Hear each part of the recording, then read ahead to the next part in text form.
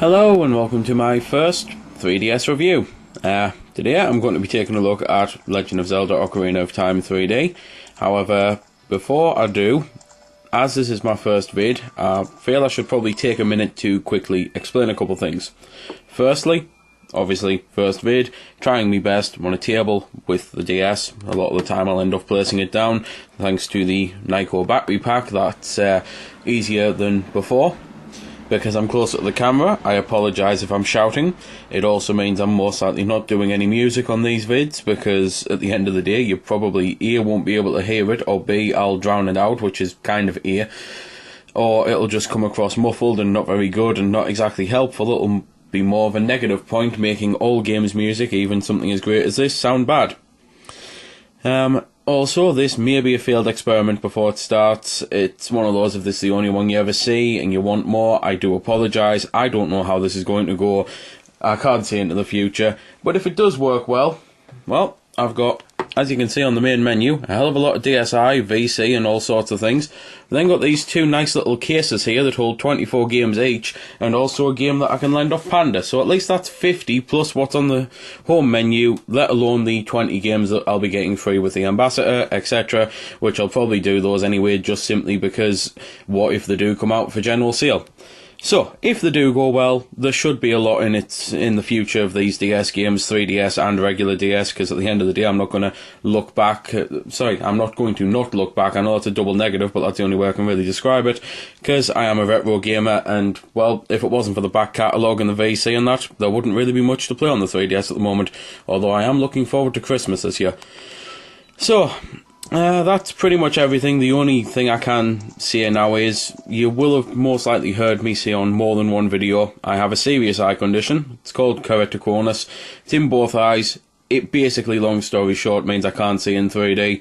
So I won't be mentioning any of the 3D features in these games. I won't be saying how good the 3D effect is, because I simply can't see it.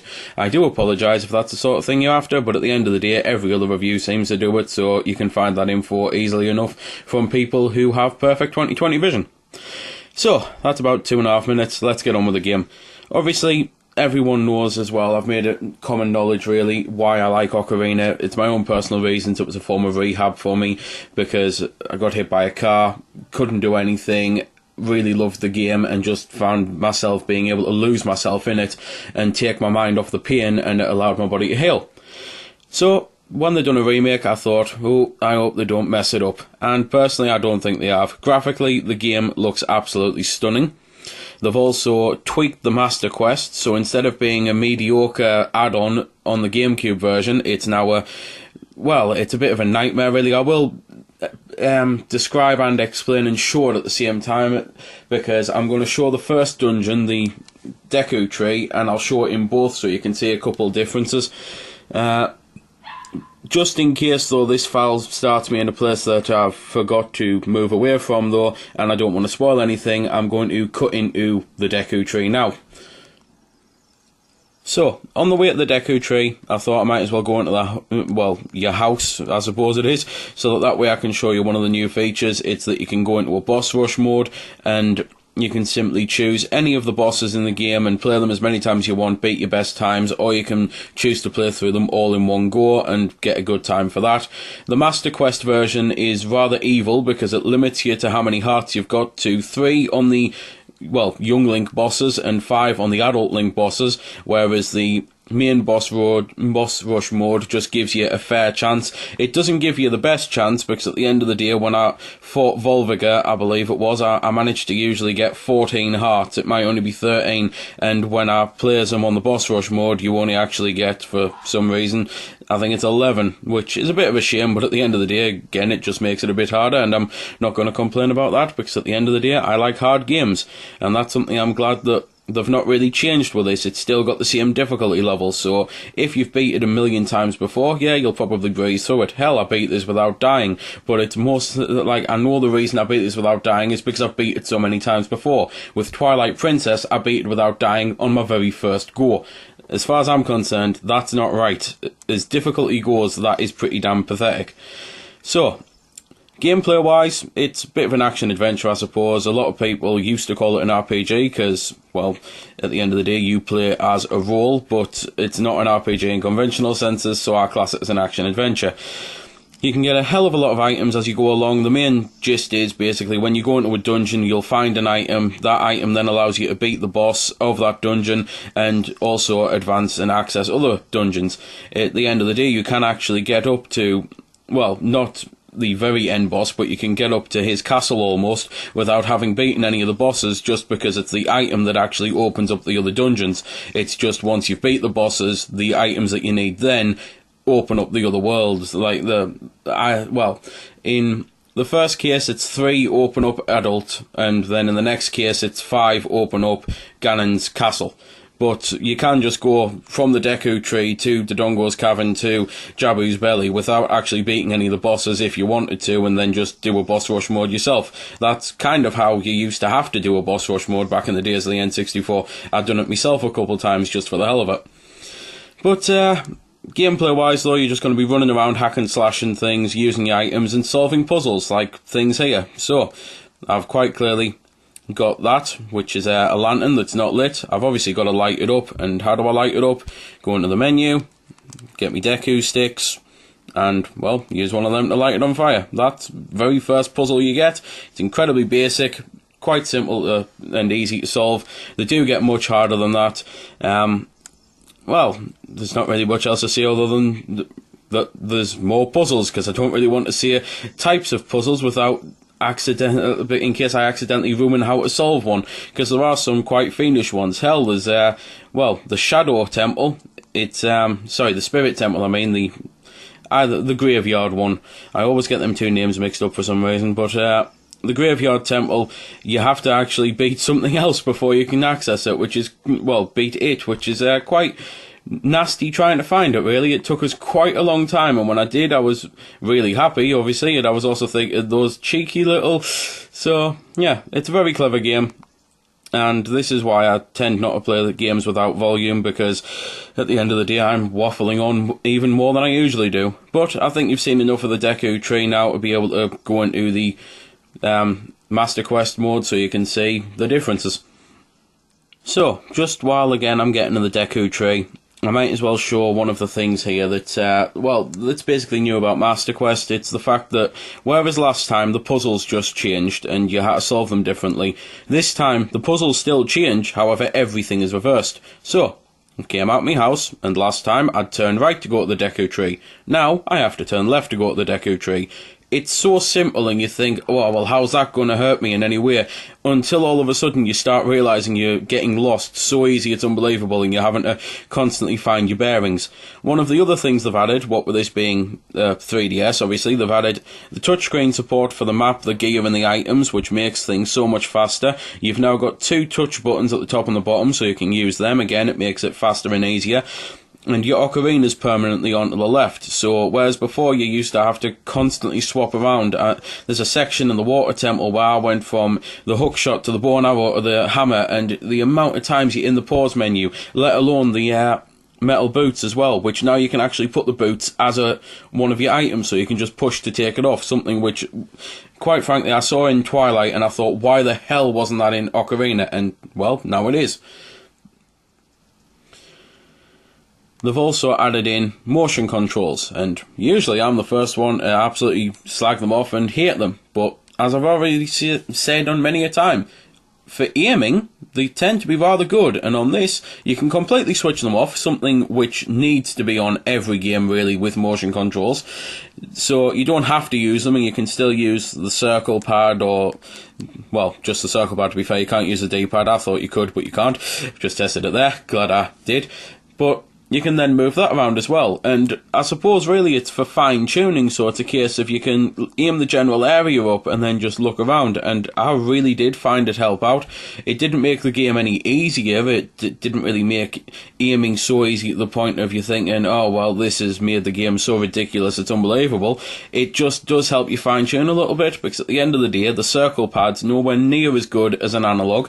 It's still decent, I still really like it, I'm glad it's on, and I personally think there should be a second one for dual analog style games, but it's never going to be as responsive as an analog, so the little motion controls just make up for that and allow you to really get N64 control, I suppose, for using the hookshot, slingshot, slingshot, the arrows and anything, and again, waffling on, but I am in the Deku Tree now, and you can see some main differences. For one thing, there's enemies all over the place that weren't there before. It makes it so much harder. The puzzles are just totally different. For example, you probably saw when I came into the Deku Tree, the lantern at the bottom that wasn't there before. There's just all sorts of little things changed about it. Even that room that, as I say, had the really simple puzzle, which I'm now going to quickly cut into so you can see the differences there. So, probably the first thing you'll notice is the fact that the lantern I have to light isn't there. Instead, it's in the middle of the floor. Now it's lit because obviously I've beat this dungeon here and done this, and it's just little things like that that, believe it or not, do drastically change how the temples are played and will make you scratch your head a few times. There's a couple that did get me stumped for a while, and I ended up dying a lot more on this than I have done on any other version of Ocarina, so the difficulty's definitely there, and again, it's a bit of fan service for hardcores rather than casuals. Speaking of casuals though, there is the one downside to the game. However, again, it's completely optional, so it's not really a downside. It's the Sheik stones, which allow you to get hints in case you're stuck. The thing that I couldn't believe though is when I heard about it, I thought, oh, why the hell have they done that? And then when I saw it, I thought, really, why the hell have they done that? Because I'm not going to show you any of them, because they show you in so much detail what to do that it kind of makes the game pointless. They might as well have just actually put the super guide in and just say, there you go, have the computer control you and beat the game for you yourself. But other than that, there aren't any real downsides to it, and as I say, that's completely optional, so it doesn't matter. Gameplay wise, they've not messed about with it. It still plays just like it did. It's excellent. Graphically, it looks even better than it ever did, which it looked excellent before for its time. Yeah, they've said they could have made it look a little bit better, but at the end of the day, they've tried to also make it feel familiar, and I think it does a great job of that. The moment I put it on, I felt home, if you know what I mean. I put it on and thought, yeah, this feels right in every way, shape and form. They've not done anything to ruin this. So if you've never played the game before, it's one of the few games where I honestly would say believe the hype. I know there are some people out there who are going to hate the game, and we've all got different tastes, we've all got different reasons for liking games, but I personally think this is gaming perfection. It was back then, and it still is now. But I'm starting to run out of things to say now. I've mentioned obviously the items and that, and you can get a load in the game, from down to bottles, to different types of boots, to bomb shoes, which are bombs that crawl across the wall, to bow and arrows, of which you get light, fire and ice arrows, which is really cool. Some spells, like ones that allow you to teleport to the start of dungeons, ones that allow you to use fire or protect yourself with a shield. You can then use the ocarina to get different songs, of which some will solve puzzles, some will teleport you to locations faster. You can collect heart pieces and get hearts from bosses to give yourself more energy. And there's just loads of side quests as well as the main quests, because as I've already mentioned, there's 3 dungeons as a child, 5 as an adult. Then you get the little extra side dungeons that you have to find, and then you also get Ganon's dungeon, as well as a heap of side quests which range from giving someone medicine so he can actually build you a sword, to just, well, going and collecting some cuckoos for a woman to get so she can give you a bottle, to collecting things like ghost souls for the lady, who again also gives you a bottle. Obviously as well, the only thing I haven't mentioned is probably the most infamous part, and it's that you've got a horse on the game. You get it as an adult. It allows you to ride around so much faster. You can thankfully get a song so you can actually use it to call for her, and in case you forget any of the songs, they've made that section a little bit easier as well. It's now, when you go into your ocarina, you can look around and see all your different spells, and, well, not spells, songs.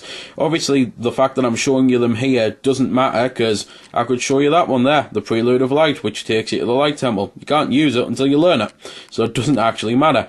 But you can then play it from this list as well. So again, it's just if you forget or mix things up, which is easy to do because obviously you're using different buttons now rather than the C buttons, and that's pretty much everything I can say. Just reiterate, the controls are excellent on the game. They've done a great job all around. If you loved it before, get it. If you didn't, try it. Sorry for the cut there, but the dog was going nuts and my throat was hurting. So anyway, if you didn't like it before, try it again. You might like it now with the changes, because they have made it a more friendly user interface, and they have changed up some things like the Master Quest. So if you thought it was too easy before, it's now much harder.